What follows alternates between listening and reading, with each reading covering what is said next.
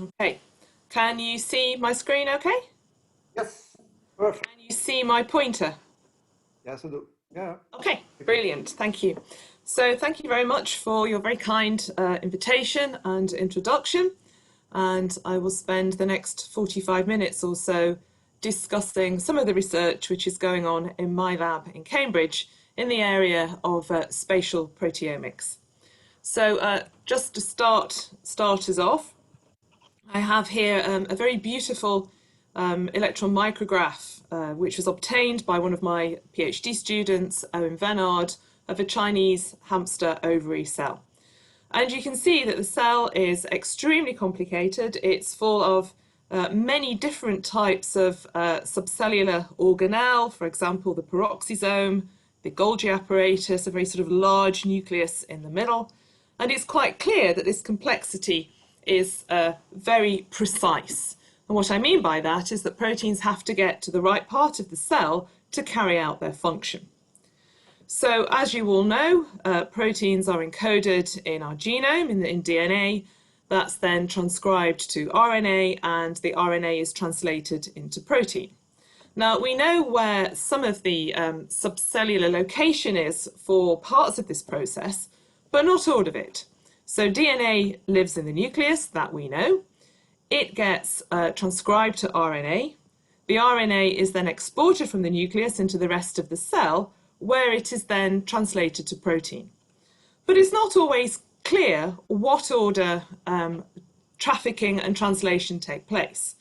So is it that an RNA molecule is exported to some part of the cell where it's then translated and the protein carries out its function at that site of translation? Or is it that the RNA is exported, gets translated, and then the newly translated protein is trafficked to the right part of the cell? So for many proteins, we know which order the trafficking and the translation occur in, but for a lot of proteins, we don't. And that's what really fascinates me. So another thing which fascinates me really is the fact that if proteins end up in the wrong place, this can lead to a great many different types of diseases. And I'm just going to give you a few flavours of the diseases that can occur simply because a protein ends up in the wrong part of the cell. And also the reasons why proteins might also end up in the wrong part of the cell. So, for example, mutation, there are plenty of different examples of where a mutation would lead to a protein ending up in the wrong part of the cell and then leading to various different disease types. For example, the protein MC4R, if there is a mutation in that, you can get a localization issue which will lead to obesity. Nuclear localization signal mutation in the SRY gene will then lead to something called Swyer syndrome, which is a sex reversal disease. There's also plenty of examples of post-translational modification issues. For example, the transcription factor FOXO3A, if it's aberrantly phosphorylated, then it ends up in the wrong part of the cell, and this has been shown to be occurring in certain cancers. Proteins that don't form proper interactions because then they're in the wrong part of the cell can lead to different sorts of diseases, such as laminopathies, leading to nuclear aggregation. Proteins may not fold properly, and an example of that is aberrant folding of the alpha-1 antitrypsin protein, which gives rise to various lung and liver diseases. Aberrant expression, so if a protein expression level is wrong, that can lead also to mis-localization, and this has been shown in the case of an isoform of plectrin in pancreatic ductal adenocarcinoma. And finally, as I've alluded to already, issues with translation and proteins being trafficked to the wrong part of the cell because of issues with translation can also give rise to a great many different disease types. So I would argue, therefore, that the knowledge of subcellular localization of a protein can significantly improve target identification during the drug discovery process. For example, if you have a protein that's in more than one place and you have a drug which you think is going to bind to your protein in one particular location, if the protein also exists somewhere else, then it may be that you're also involving different cellular processes that you don't want to drug. And also, if you have a drug that you know will migrate to a particular part of the cell, and your protein actually is localized somewhere else, then the drug and the protein will never meet. So therefore, it's very important when for those of us who are involved in drug design and drug discovery, to know exactly where your proteins are in a cell. So the research questions we have in my lab are as follows. How do proteins end up at the correct subcellular address? How is this involved by their post-transcriptional and post-translational processing? Does aberrant localization, is this an underlying feature in various diseases? Do proteins in different parts of the cell have different structures? And do they have different functions?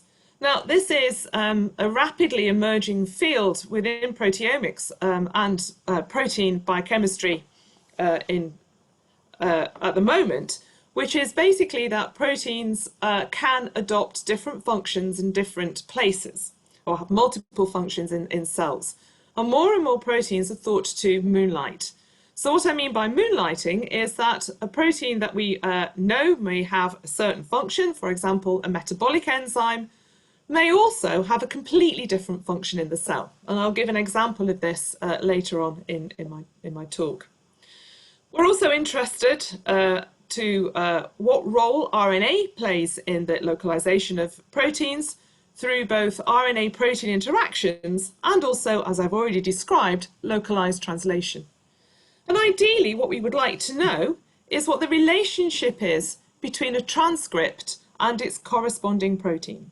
So if you have a transcript which codes for a certain protein, where is the steady state location of that transcript in a cell, and how does this relate to the steady state location of the protein it encodes? So these are the general questions that we're working towards in my lab. So ideally, what we want is to be able to get a set of interconnecting subcellular maps, so that we can show, when you perturb a system, what is actually happening in 3 dimensions. So are you perturbing just the transcription of an RNA molecule and protein abundance? Are you simply perturbing the location of an existing RNA species? Are you perturbing translation? Are you relocating the site of translation? Or are you relocating a protein? So we want to be able to have a set of maps where the transcripts are, how they're binding to proteins in different parts of the cell, where a protein is being translated, where the steady state of the location of a protein is, how its post-translational status, for example, modification, affects this. And also, we'd really like to be able to sample different protein structures in different parts of the cell. So these are largely dreams of ours, because we don't have the tools at our fingertips to be able to get these series of maps, but we have been working towards this goal for some time. So what I want to do in the rest of the talk is really describe the series of analytical tools that we're building to try and enable us to build this set of interconnecting maps. So we want to have a map of where all the RNA species are in a cell, where all the proteins are in the cell, where the proteins are if, for example, they're phosphorylated, different structures, and to be able to support this, we need pretty heavy-duty computational tools to be able to correctly interpret the maps that we strive to create. So I'm going to talk first about the proteome, so methods that will give you the subcellular location of the proteome. And I'm going to talk about methods that we've developed that enable us to do this on a cell-wide scale. So a little bit of revision first. If you want to know where a protein is in a cell, then there are a variety of different tools you can use. If you know what the protein is, then you can buy yourself a fluorescent antibody, or you can perhaps tag your protein with a fluorescent protein such as GFP, and then use microscopy methods to have a look where your protein is. So these methods, these immune fluorescence methods, are extremely useful, but they do have some drawbacks. They tend to be quite low throughput because each experiment you do, you're only looking at a single protein. And also you have to be very sure that if you're using immunocytochemistry, so you're using fluorescent antibodies, that these don't have off-target effects and only interact with the protein that you're interested in. And if you are using fluorescent fusion proteins, so you're GFP tagging your protein of interest, you've got to be sure that the GFP fused protein that does not affect its localization. So there are drawbacks to these methods, but they are very powerful methods, and they're very good validatory methods for other spatial proteomics approaches. So the next series of methods that one could consider using, oh dear, my screen has frozen. Why has it done that? Sorry, I'm going to have to go, oh, there we go. No, there we go. So the next series of methods that you could use are methods that really interrogate a single subcellular location. So maybe you're interested in an organelle that you can enrich, and then you can just use mass spectrometry to identify the parts list of that organelle. A drawback of this approach is that within the cell there are very, very few organelles that you can enrich. The mitochondria, you can do a pretty good job at enriching those, but the rest of them, their physical properties are such that it's very, very difficult to get purified versions of a particular organelle. So therefore you don't know when you identify the proteins in your preparation if they are true residents of that organelle or if they are contamination. Another series of methods which are also extremely exciting and very useful are the proximity tagging methods. So here what you do, you have to engineer your cells such that you send an enzyme to the particular part of the cell that you're interested in, and this enzyme will, by different mechanisms depending on what the enzyme is, activate biotin such that the biotin will biotinylate any protein in proximity to the enzyme that you've sent there.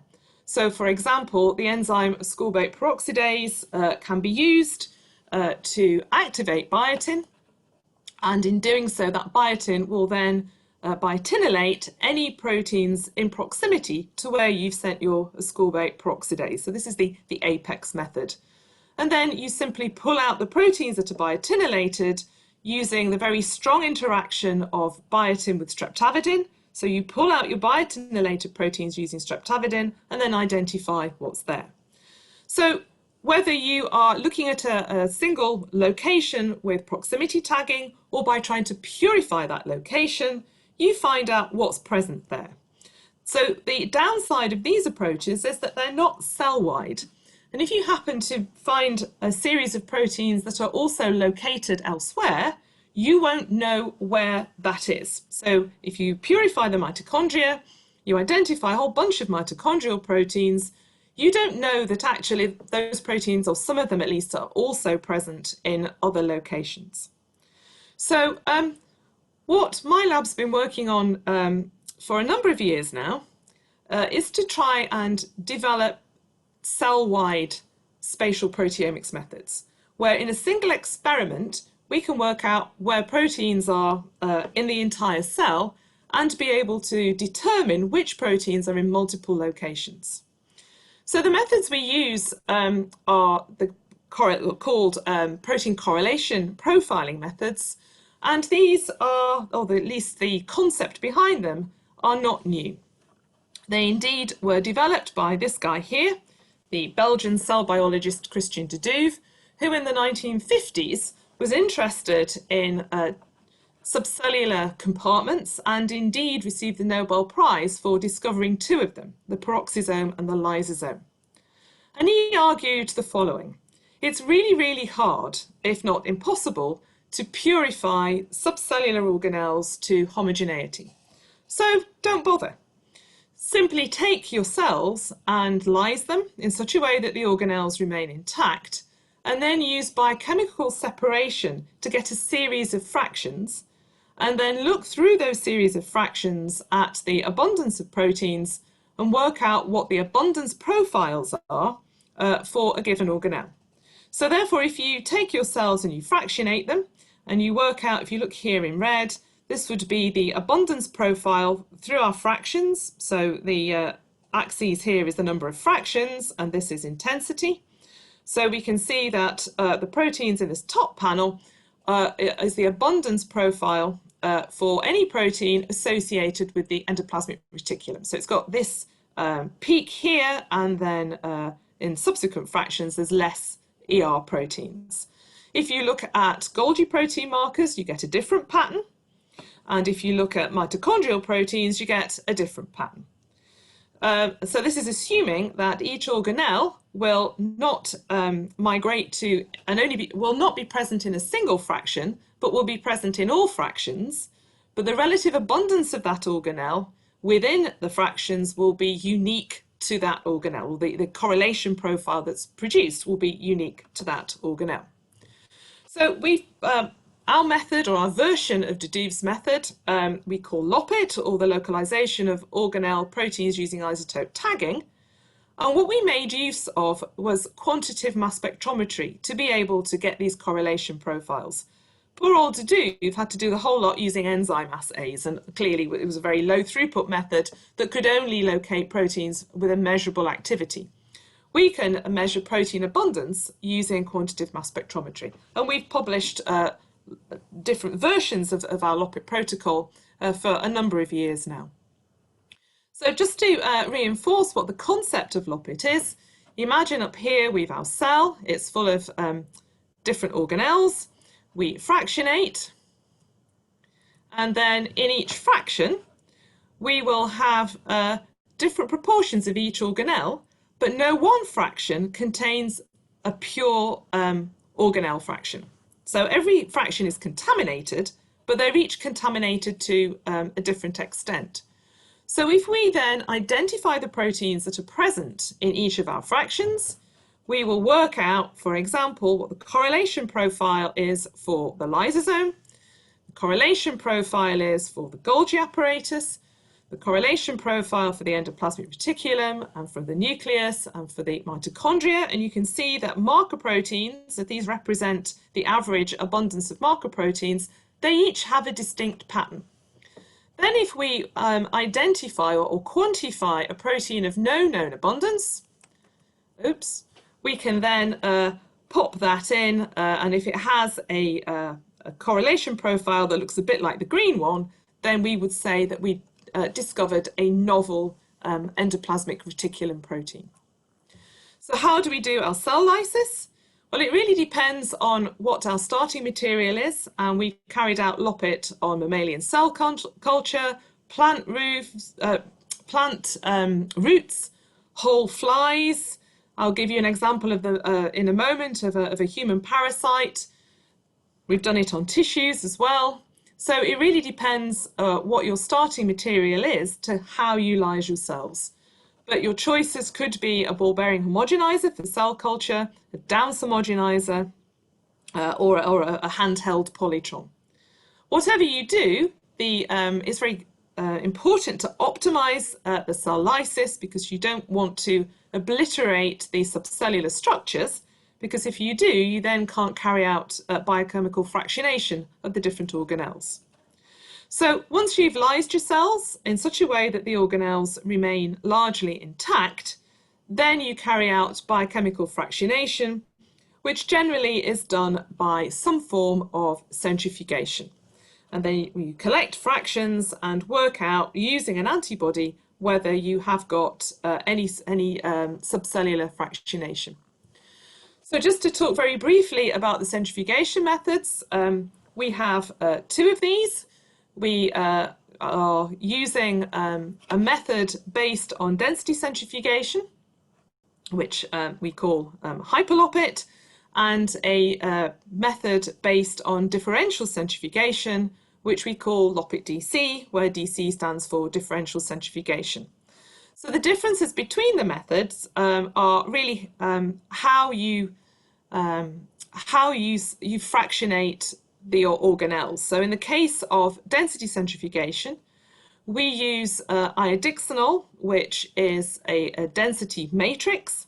So as you spin the tubes, you form a density gradient with the iodixonol, and then your organelles will migrate to a position which is consistent with their buoyant density. In the case of differential centrifugation, what we do here is to use repeat centrifugations of increasing speed. So we would use one to get rid of unlyzed cells, take the supernatant, and then spin at a speed where we'll sediment the nuclei, and then we take the supernatant and spin at another speed where we'll sediment the mitochondria, and so on and so forth, until our last supernatant is our cytosolic fraction.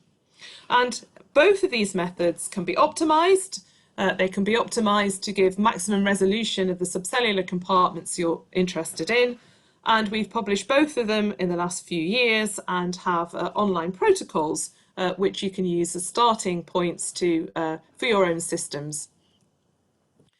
So how we then carry out the LOPIT protocol is to firstly take fractions from either from our density gradient or from the differential centrifugation samples, and then run a Western blot to show that we have any sort of differential pattern between our organelle markers.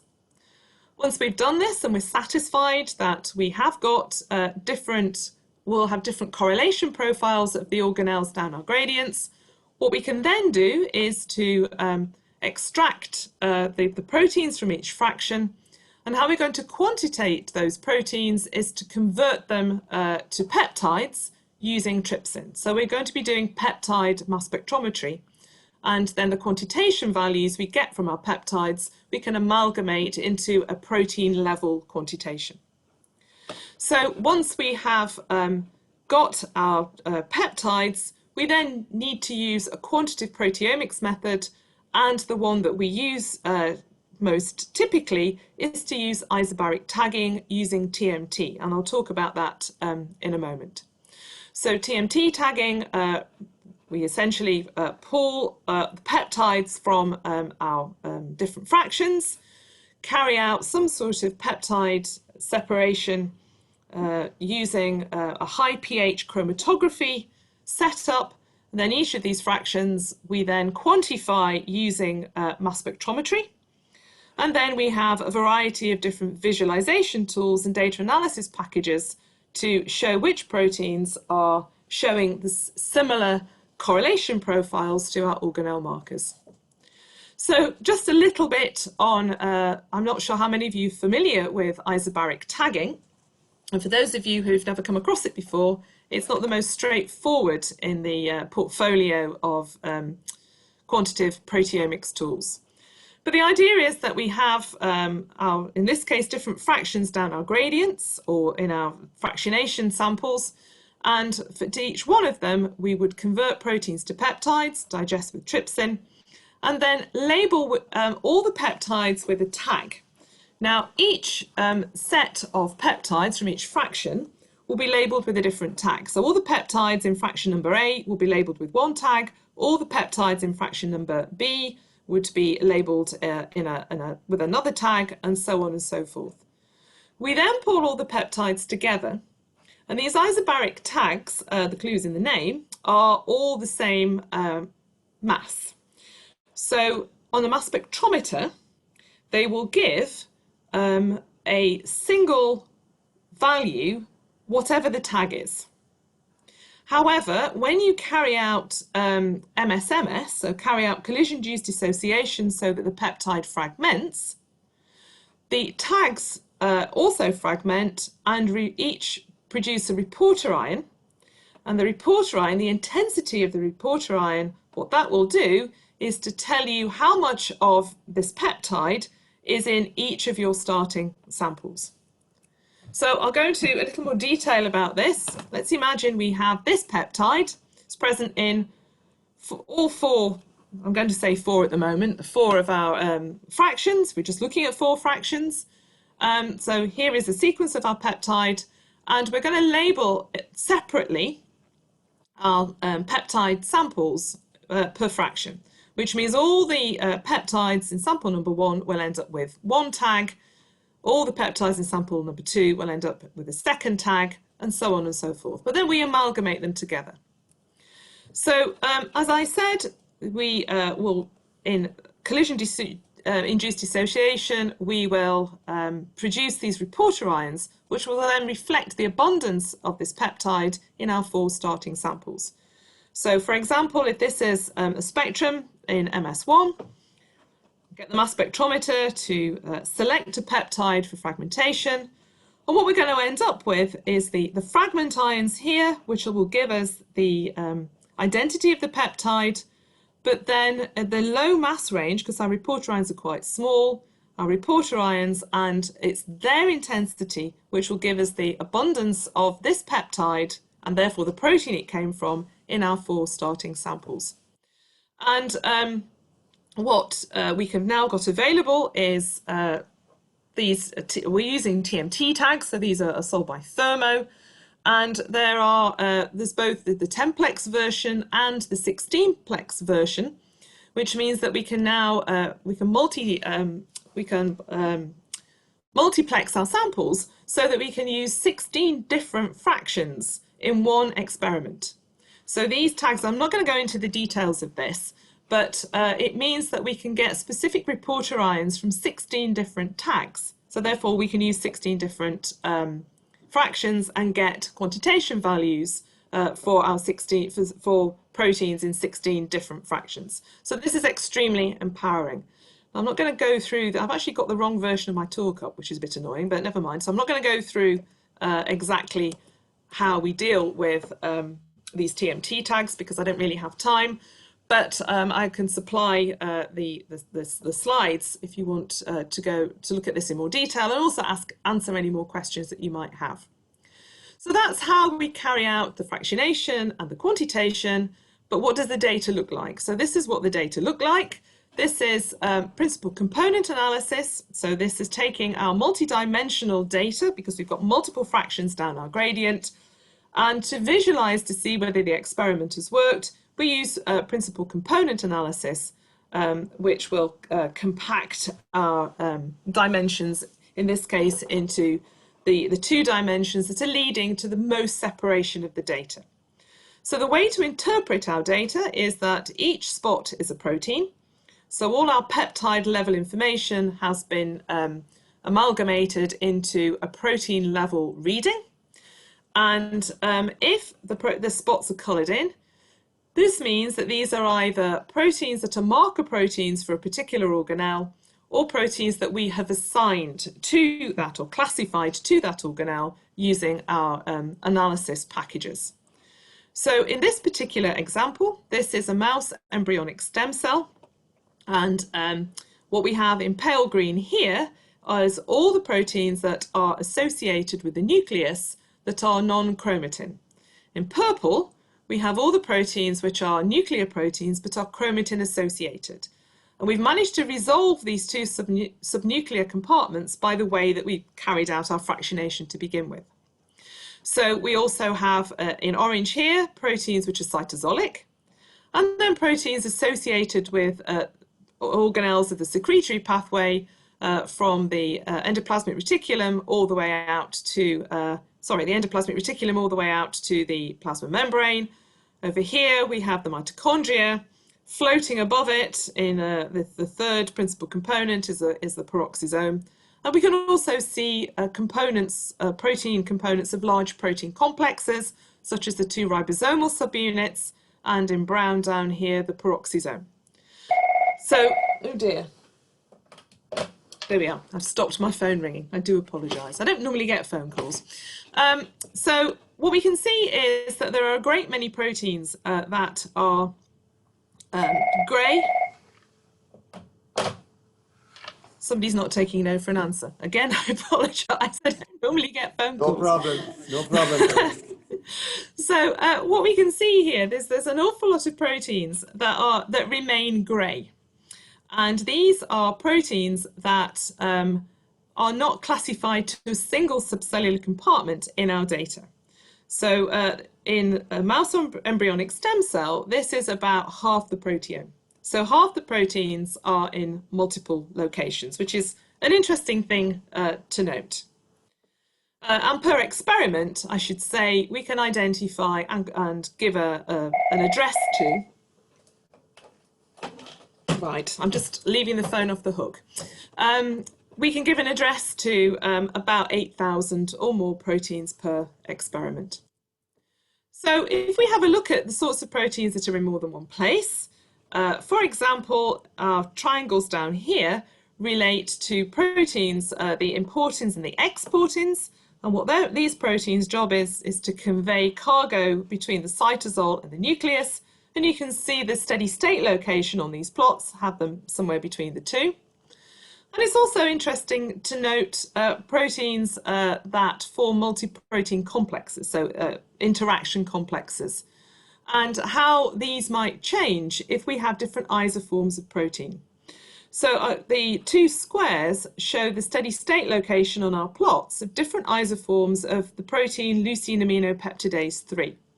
And it's known to have various interacting partners, but actually what we're showing is that the small form of this protein, which is down here, has a position which is somewhere between the plasma membrane and the cytosol, whereas the long form is mitochondrial.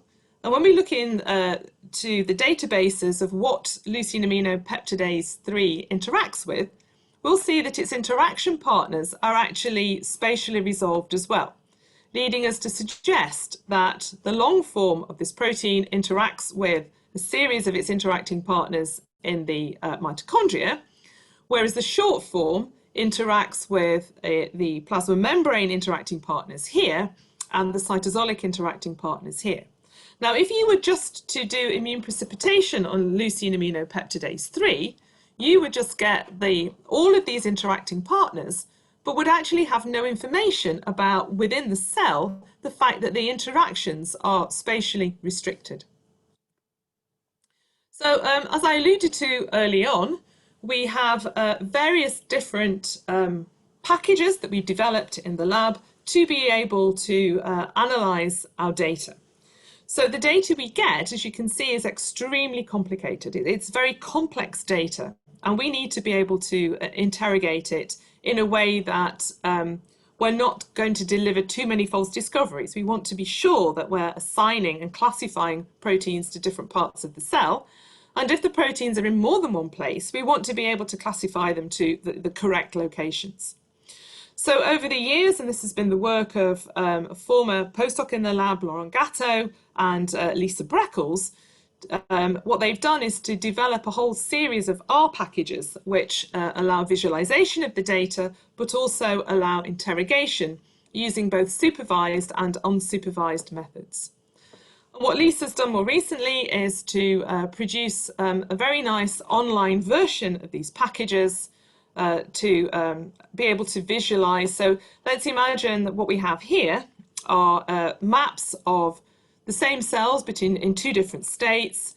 And then what you can do is to highlight proteins that you're interested in, see where they are in our maps, see what the scores are for whether the probabilities of proteins being in a particular place, and also you can then zoom in and have a look at surrounding proteins that cluster along with your proteins of interest.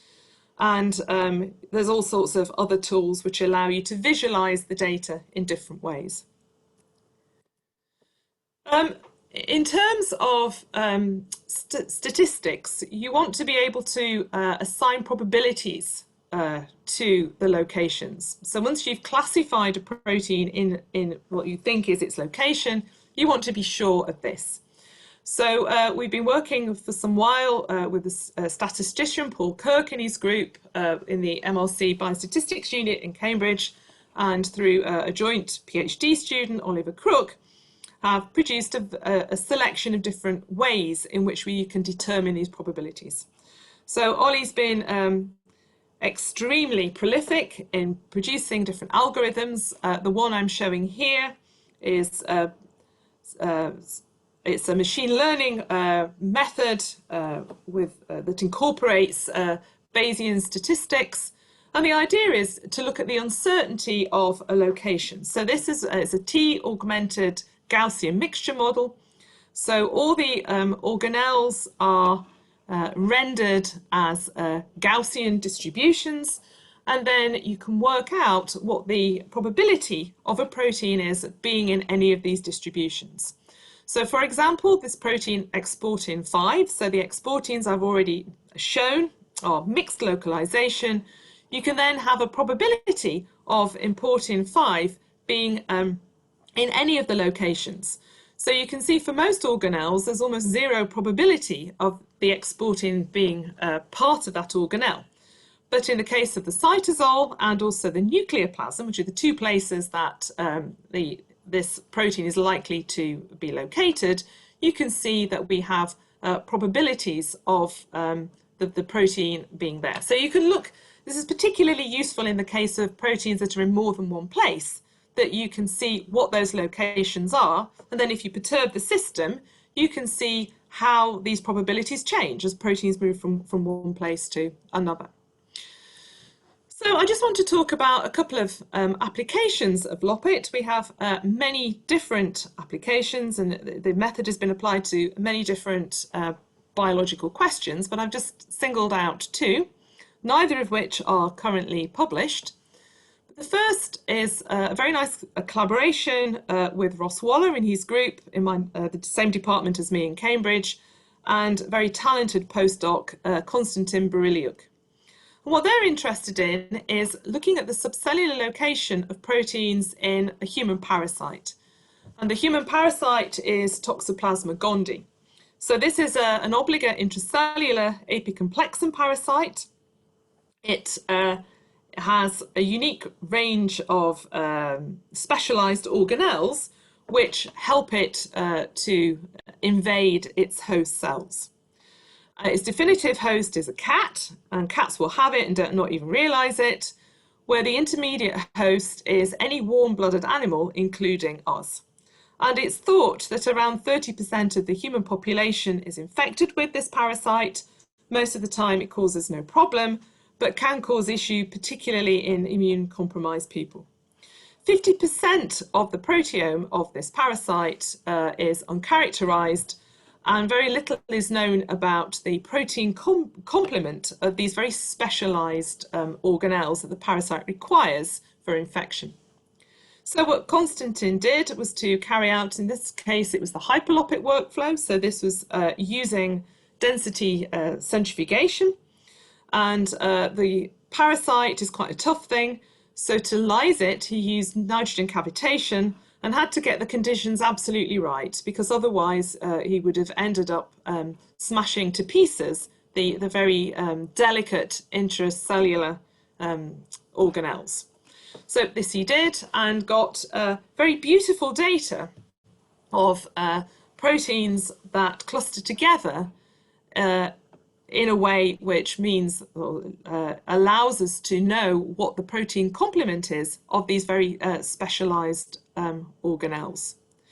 So in his experiment, he was able to identify 65% of the genome in the proteome form, and also assign proteins to 26 subcellular compartments. So this is pretty impressive work. And when we came to have a look at the proteins, what Konstantin noted was that the majority of them had no known function.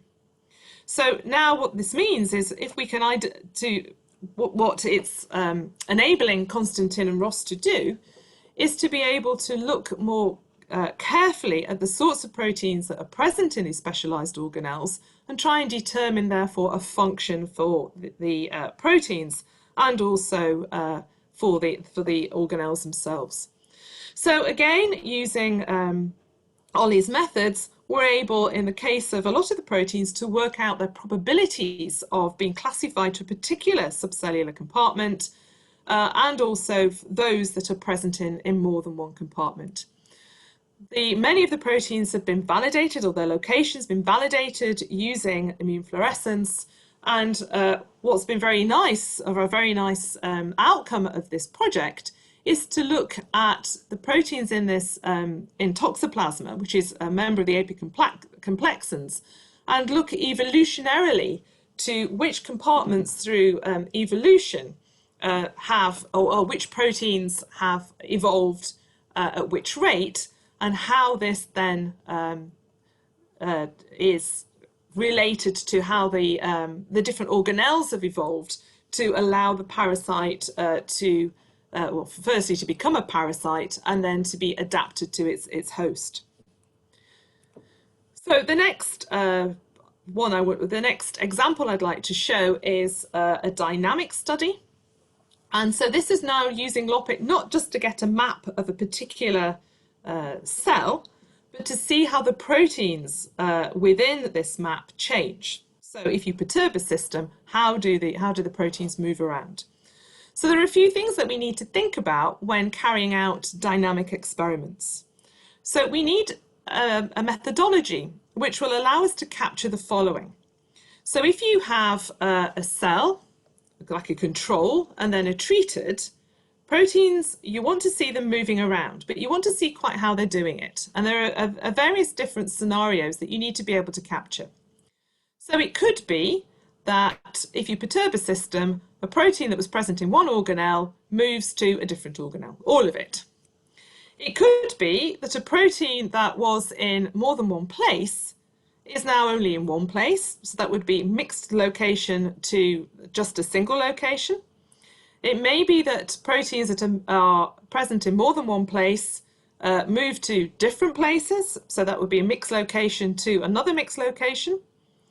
It could be that proteins that are all present in one organelle, a portion of them go to somewhere else, so that would be organelle to mixed location. Could be that a protein just appears, or it could be that a protein just disappears. So we need to be able to capture this. So by appearing and disappearing, I mean it's present in the control and not present in the treated, or vice versa. So we need to be able to capture all of these different scenarios. So I'll give you an example of how we've been working towards this. This is a study which we're still in the process of writing up at the moment, from Claire Mulvey, who's a former postdoc in the lab, again, Lisa Breckles, and our collaborator, Andrew Smith, who's at University College London. And what they're interested in is looking at the innate immune response. So in the innate immune response, there is signaling which happens within monocytes, which would lead to their differentiation towards becoming activated macrophages. So, for example, if you have a bacterial infection, bacterial cells, the cell walls contain lipopolysaccharide, and that's then detected through various receptors in the monocyte, which will lead to the differentiation of these monocytes. So we wanted to be able to capture the subcellular changes of this monocyte to macrophage transition. So what Claire did was to carry out two different experiments. She looked at how protein abundance changes during this process, and she looked at how protein localization changes during this process. And the aim was to capture the global changes in the spatial proteome to map this response of this inflammatory phenotype. So here are the results that she got from just looking at the temporal changes in the proteome. So these are volcano plots, and we can see with time a whole series of proteins are become more expressed in the cell. So she could sort of map what time point then, what the optimal time point would be to show also the spatial changes in these proteins. So this is what she did. We've got two LOPIT plots here. So the one on the left-hand side is unstimulated. The one on the right-hand side is stimulated with lipopolysaccharide. And you can see that the maps actually are quite similar to one another, which is a good thing because the majority of the proteome is not likely to move. But we can also see series of proteins that move. So, for example, here we have a whole set of cytosolic proteins that upon stimulation with LPS migrate to the plasma membrane. And I just want to highlight one of these, which is CDC42. And again, using Ollie's methods, we can see the probability of this protein in the unstimulated is very much cytosolic, where in the stimulated, it's very much cytoplasmic. Now, the reason I point this out is not only is it supported by data in the literature that you have this movement of CDC42, but it's important to see that if you look at the abundance of this protein during this process, it doesn't change. So what we're seeing here is a relocation of an existing protein. Now, that's not necessarily true for all the proteins that are relocating in this system, and I've only shown a few. This is a very rich data set, which is why it's taking some while to finish off this study. But in the case of CDC42, there is no new synthesis. The protein, or there's no change in the abundance. The protein is simply being relocated from one location to another. Now, if you think about many studies where people using proteomics methods look at the change in abundance, if you lyse cells to begin with and you get rid of all the intricate subcellular structures, then you're missing information. Because if you just use a quantitative proteomics method, this protein would not be flagged up as being different between unstimulated and stimulated. Only if you look at the subcellular location and how that's changing, do you realize that there is that this protein is important in this transition from the monocytic to the more macrophage-like cell type. So that's all I want to say about LOPIT, and what I'll do now is to move on very quickly to tell you some more recent work to try and get the same sort of maps that I've just shown you, but this time for the transcriptome. So far I've shown you our method of subcellular fractionation, and then we use quantitative proteomics to give us the spatial relationship of proteins within a cell. Wouldn't it be great if we could use the same fractionation method, but this time fish out the RNA and carry out next generation sequencing, get our quantitation data that way, use exactly the same methodologies for data analysis to give ourselves a map of RNA as well. So this method had a name before we ever started working on it. So the RNA version of LOPIT we call LORNA, or the localization of RNA. And the idea is exactly the same. We want a cell-wide map of the transcriptome. So here's what we thought we would do. We thought that carrying out subcellular fractionation, where we're trying to take out RNA of each fraction, would require us to first cross-link the RNA to protein to sort of stabilize it. And the method that we plan to use is a method of RNA interactome capture. And in this method, what you do is to cross-link RNA to protein using UV cross-linking, and then you fish out from your cells, or in our case from our different fractions, RNA or messenger RNA and any protein that's bound to it, based on the fact that, of course, messenger RNA terminates at its 3' end in a poly-A tail. And then we could use beads, which are derivatized with oligo-DT, which would then anneal to this poly-A tail and pull out all the RNA molecules with the proteins attached. So this RNA interactome capture method has been around for a long time from Matthias Hentz's group, various other different versions of it, very successful. So this is what we thought we'd do. We would just fractionate our cells, as I've shown you previously. The cells would be cross-linked, and then from each fraction, we could pull out the proteins and the RNA. So we'd end up with an RNA profile and a protein profile for our cells. Now, science, or certainly technology development, never is as smooth as you would like it to be. And so our methods sort of hit a hurdle very early on, but in doing so has driven us to develop another method to get round our problem, which we think is very empowering. So this is why LORNA was never going to work using existing methods. The RNA interactome capture method I showed you is it's requires a huge amount of starting material, so it's not particularly sensitive. And of course, it's very biased towards RNA which contains poly-A tails. So it's very biased towards messenger RNA and also systems where RNA is polyadenylated. Bacterial systems, for example, RNA is not typically polyadenylated, so it would make it difficult for us to use the method in different systems. Also, our centrifugation methods are not very RNA friendly, and the method we found doesn't preserve RNA integrity. If we use the differential centrifugation method, we end up pretty much aggregating the RNA into one fraction, and in the hyperlopic method, the RNA disappeared altogether. So we had to come up with a completely different method of doing what we do, and I'm going to tell you about the method which essentially replaces the RNA interactome capture, because I haven't really got time to go into the rest of LORNA, although I'll show a very brief amount of data at the end. So this project has been spearheaded by 3 postdocs in my lab, a PhD student, Mo Elzek, so Rainer, Tom and Aneko, and is part of a larger project that I have in collaboration with Anne Willis and her group from the MRC toxicology unit.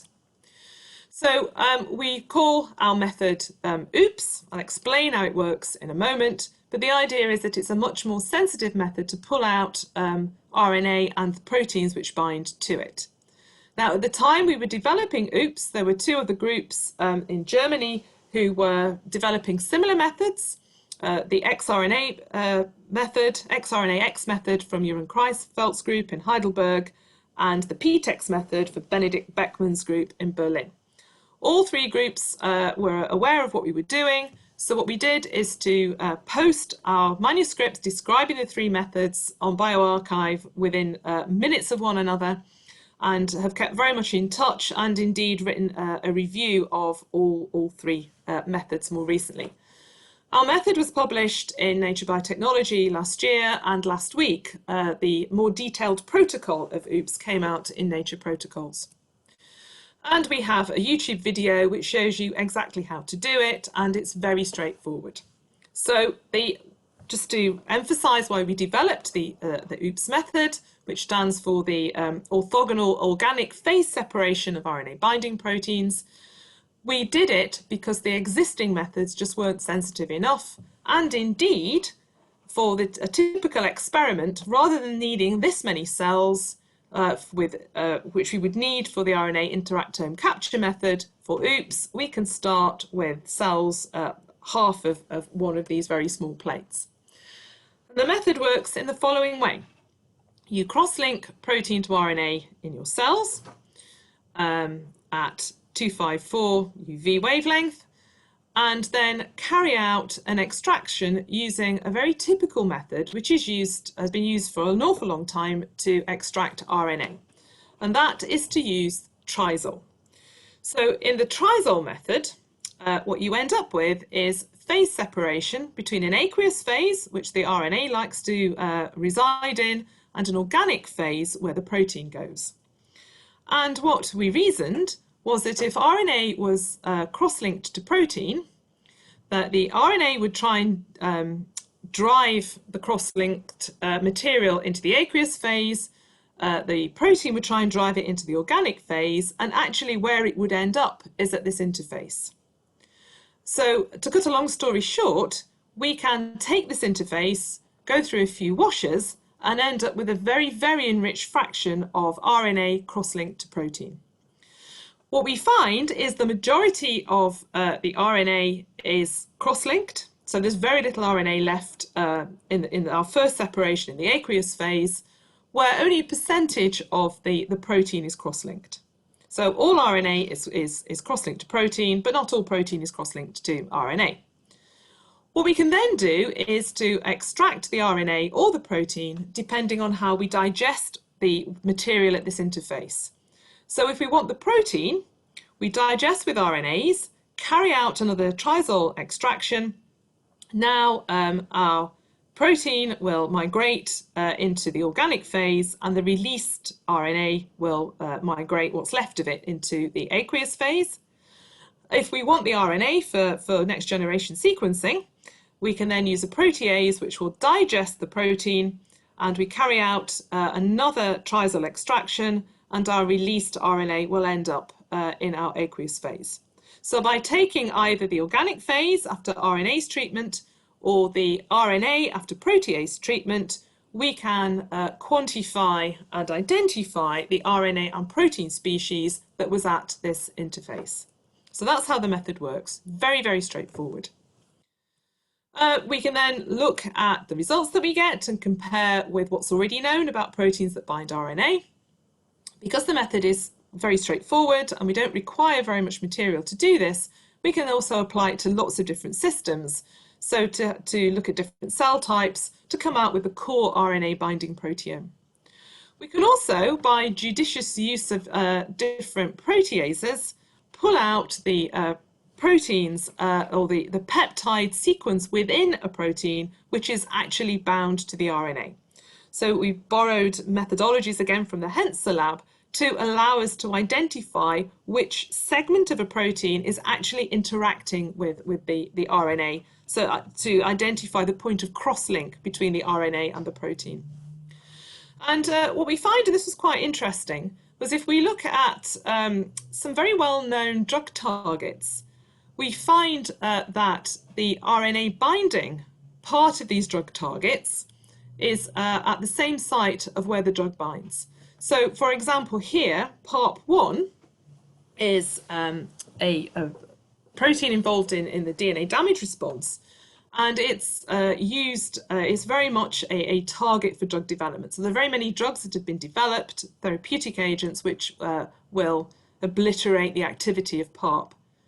But what we find is that PARP is an RNA binding protein, and not only is it an RNA binding protein, but it's binding RNA at the same site as it's binding the drug. So this is important because this is not necessarily factored in during drug design, that there be some sort of competition between the therapeutic agent and RNA. We could use the method dynamically. So what we did here, this isn't trying to capture any spatial information, just looking at how the RNA binding proteome changes. So what we found was that if you use a system where you are interfering with the cell cycle, so you arrest the cell cycle and then release it, you can have a look at the RNA occupancy of proteins and see how this changes. So, for example, if we look at metabolic enzymes, we see the majority of them bind RNA, and during cell cycle arrest and release, the abundance of these proteins doesn't change, but their RNA occupancy does. So I've given an example here. So this is taking us right back to the beginning of my talk when I was talking about moonlighting proteins. So all these proteins have got a day job, and their day job is involved in metabolism. So this list here contains pretty much all of the glycolytic enzymes, GAPDH being one of them. So not only are they metabolic enzymes, but they bind RNA. And we showed in the case of GAPDH that where the RNA binds is where the coenzyme binds. So GAPDH is a dehydrogenase, it binds NAD, but it also binds RNA at the same site. So there we go. I've shown you that we can pull out the RNA binding proteome very, very well. We have lots and lots of information, particularly about proteins that we never imagined would be RNA binding proteins. So now all that's left is to combine the OOPS protocol with LOPIT. So I'm going into no details, this is not published, but in a variety of different ways, we have changed the way in which we carry out subcellular fractionation so that the RNA isn't aggregating and it doesn't disappear. This works on cross-link cells. So now what we can do is to first cross-link RNA and protein, carry out subcellular fractionation, take our fractions, but to each fraction, we'll carry out OOPS. So this is our protocol which will allow us to capture the RNA in each of our fractions, to also capture the RNA binding proteins in each of our fractions, and also to capture the proteins in each of their fractions. each of these fractions. So for each fraction, the organic we can use in LOPIT to get our nice subcellular maps. And at the interface, we can take out the RNA, which will give us the map of the RNA species, the transcriptome in our cells, and also will tell us which proteins are binding RNA in which part of the cell. So I don't have time to go into any detail, but just to show you that these are 3 maps that we can get from the same cells. This is U2OS, the proteins, the RNA species in different subcellular locations, and also the RNA binding proteins. And it's interesting to see that some proteins are in one location when they're not binding RNA, and in another location when they are. So this is really looking at the complexity of the cell and also the different functions that a protein may have, the same protein, in different parts of the cell. So in summary, I hope I've shown you that mapping subcellular location and how it changes upon perturbation can give insight into function. I've also shown that a lot of the proteome, whatever the system is that you're looking at, exists in more than one subcellular location. Sometimes it's quite obvious from its function why it does that. Sometimes it isn't, which might point to proteins having moonlighting functions in different parts of the cell.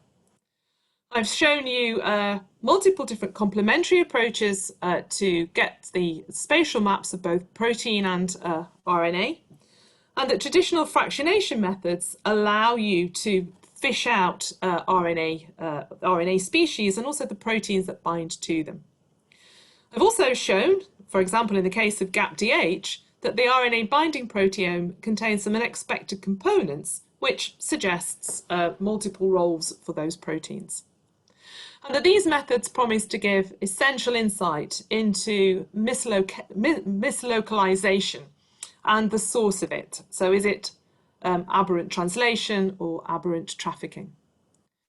So thank you very much. I need to acknowledge the great teams of people that I work with. This really has been a team effort over many years with collaborators, very dear collaborators in different places, particularly Anne Willis's group, Ross Waller and his group, and various other groups. I didn't show the data that we have recently, exciting data that we hope to be published in the next few months from Sean Monroe's group.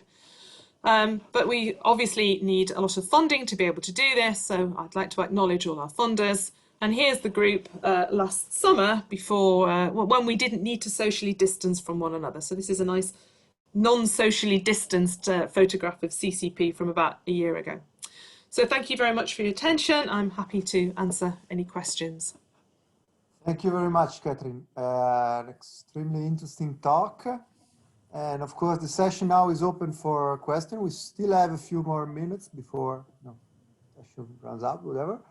So do you have any question for Kathryn? Actually, I've got one.